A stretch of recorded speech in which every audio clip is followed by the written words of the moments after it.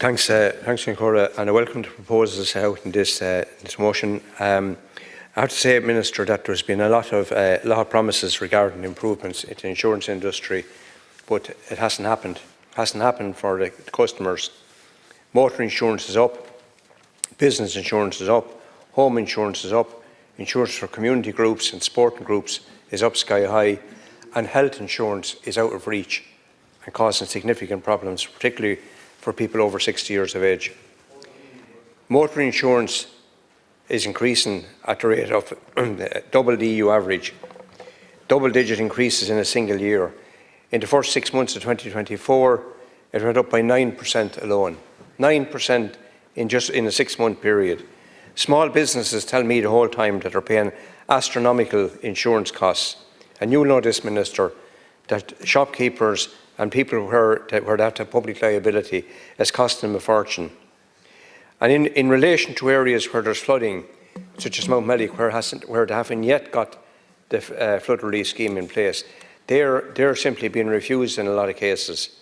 And where flood relief schemes have been put in, as the previous speaker said, that's not being recognised by the insurance companies. Voluntary groups and sports clubs are under enormous pressure, and it's a huge undertaking for volunteer organisations to have to come up with this cost every year, on top of all the other overheads, such as payments to Irish Water and electricity and everything else. But the worst is the private health insurance, and particularly for those over 60 or 65, who have no choice in the current circumstances because of the gaps and weaknesses in our public health system, Minister. They have no choice but to take out private insurance. Some are just on a state pension. I've come across people who are just on the state pension, and they're paying the equivalent of paying 2,000 or more a year for their insurance for basic cover. That's over 40 euros a week out of their pension of 260 or 270 a week. That's substantial. People who have paid, some of those people paid 60 pence in the pound tax back during the 80s. Health insurance companies are introducing not one increase in the year, not one, not two, three. There could be 3 increases in the year. It's absolutely galloping ahead. And all of this is in a cost of living crisis. And all of this, the worst part of this is being carried by ordinary workers and families, and particularly those on middle and low incomes, who are entitled to very little but who are paying for everything. Now, when we joined the EU single market, we were told that there would be a lot of reforms and we would benefit from all of that, but it doesn't seem to have worked out in the insurance industry. We're completely out of sync with the rest of Europe in terms of our motor insurance costs and business insurance costs and other insurance.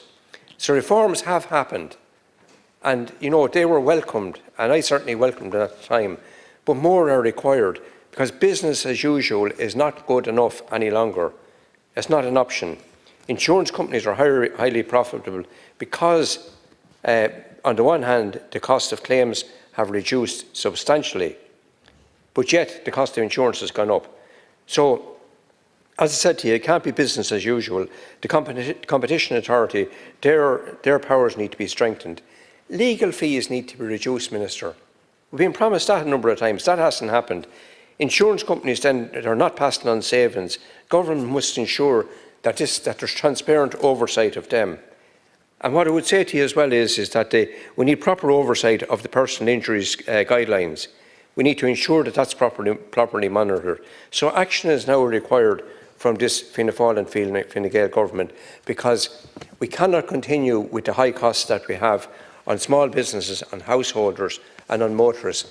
And I can tell you that in the county that I live in, County Laois, there's an awful lot of people who are commuting out of it every day. Over 12,000 people commute out of the county every day, Lascaux Corley.